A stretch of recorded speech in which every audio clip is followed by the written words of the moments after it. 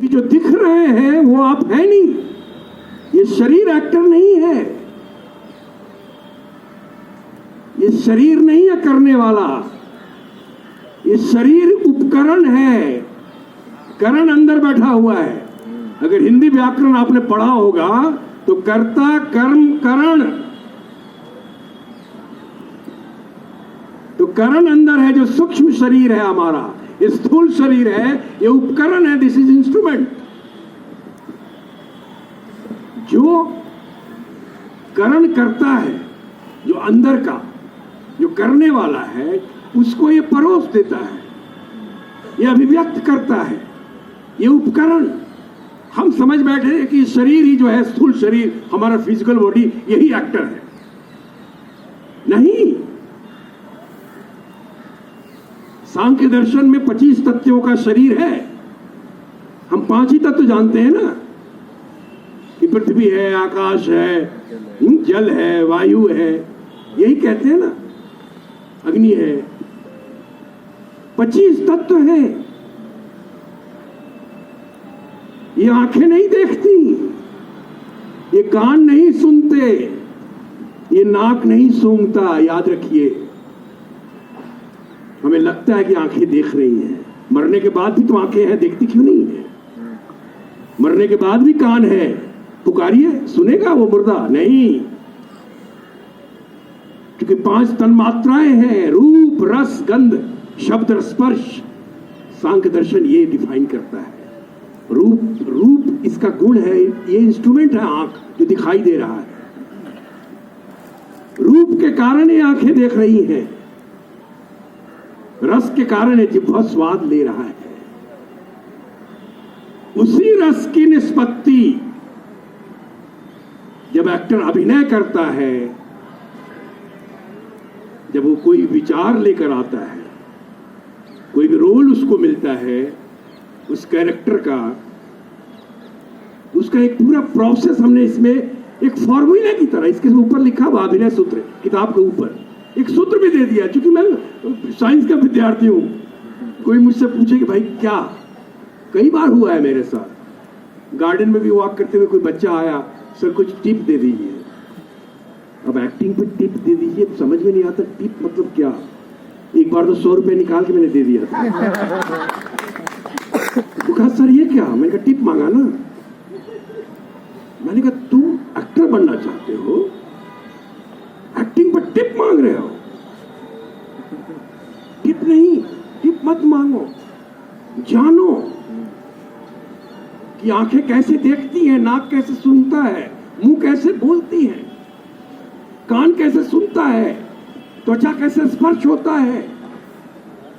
हम जो श्वास लेते हैं, हमारी जो सूक्ष्म, क्योंकि तैयारी इस फिजिकल बॉडी की होती नहीं, तैयारी तो उस एस्ट्रल बॉडी की होती है, वो एथरिक बॉडी की होती है, सूक्ष्म। वो क्या है? श्वास, पूरा आधार है श्वास, हमारा सांस। हम सांस लेना ही नहीं जानते, क्योंकि हमारे शिक्षा प्रणाली में कहीं भी श्वास की विधि पढ़ाने की कोई चैप्टर ही नहीं है।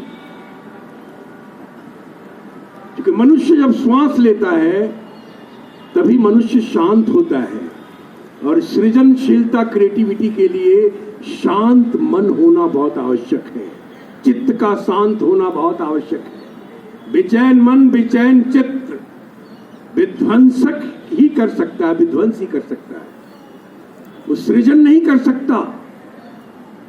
श्वास से आपको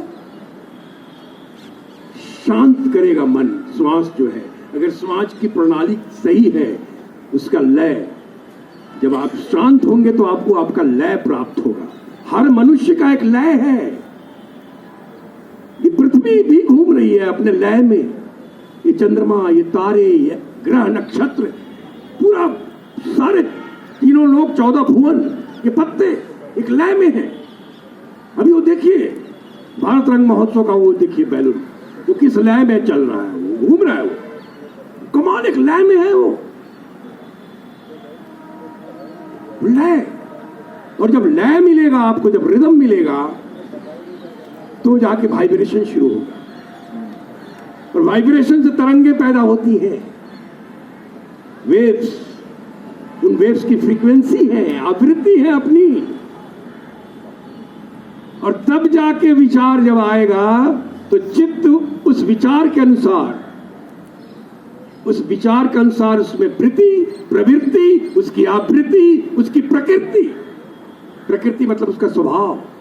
जो विचार आया, कोई कैरेक्टर अगर आप प्ले कर रहे हैं, उस कैरेक्टर का क्या विचार है? वो अमीर है, गरीब है, पढ़ा लिखा है, MA PhD है, या 8वीं पास है, या लिख लोड़ा पढ़ पत्थर है, बिल्कुल पढ़ाई नहीं है।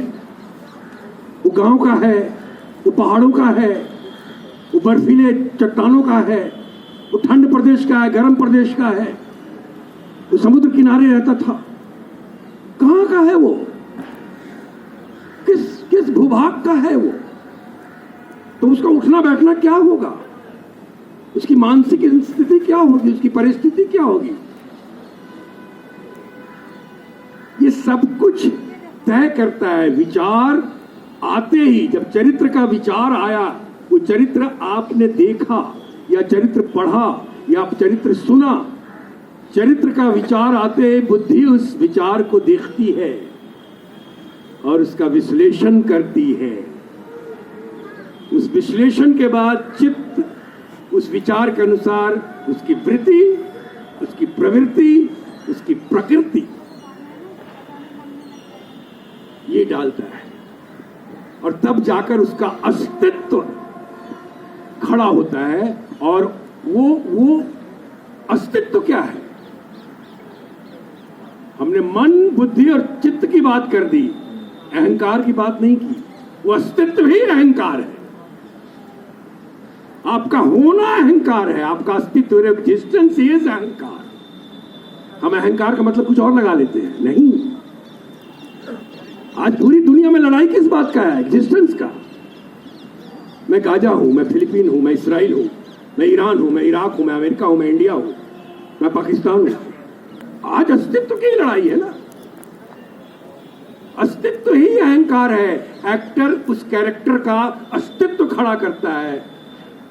The time the existence of the character stands, वो आपको दिखेगा उसी समय। रूप आप ही का रहेगा, उपकरण आप ही का है, हाथ पैर नाक आंख कान सब वही है। अंदर पूरा सॉफ्टवेयर बदल गया, उसका डाटा बदल गया, उसकी वृत्ति, उसकी प्रवृत्ति, उसकी आवृत्ति, उसकी प्रकृति सब बदल गया। अब उस हिसाब से तय होगा कैसे उठना है, कैसे बैठना है, कैसे चलना है, कैसे बोलना है, कितना जेस्चर करना है, इतना करना है या इतना करना है या करना ही नहीं है। कैसे देखेगा? ऐसे देखेगा या ऐसे देखेगा या ऐसे रहेगा, ऐसे ही बात करेगा या ऐसे देखेगा? वो कैसे? वो सारी चीजें एक्टर एक कुम्हार जैसे मिट्टी की तैयारी करता है, एक्टर अपनी तैयारी वैसे करता है, बिल्कुल। और पूरा प्रोसेस हमने वही दिया है, पूरा प्रोसेस आध्यात्मिक है। कुम्हार किसी भी मिट्टी को लाके पहले तैयार करता है, उसको तैयार करता है, लोथा बना देता है उस मिट्टी को, फिर चाक पे रखता है। अब कुम्हार का विचार जैसा होगा, वो मिट्टी चाक चलने के बाद वैसा ही आकार लेगा। एक्टर को जो कैरेक्टर मिला है उसका विचार जैसा होगा, एक्टर की तैयारी के अनुसार वो विचार वैसा ही आकार लेगा, वैसा ही अस्तित्व खड़ा होगा।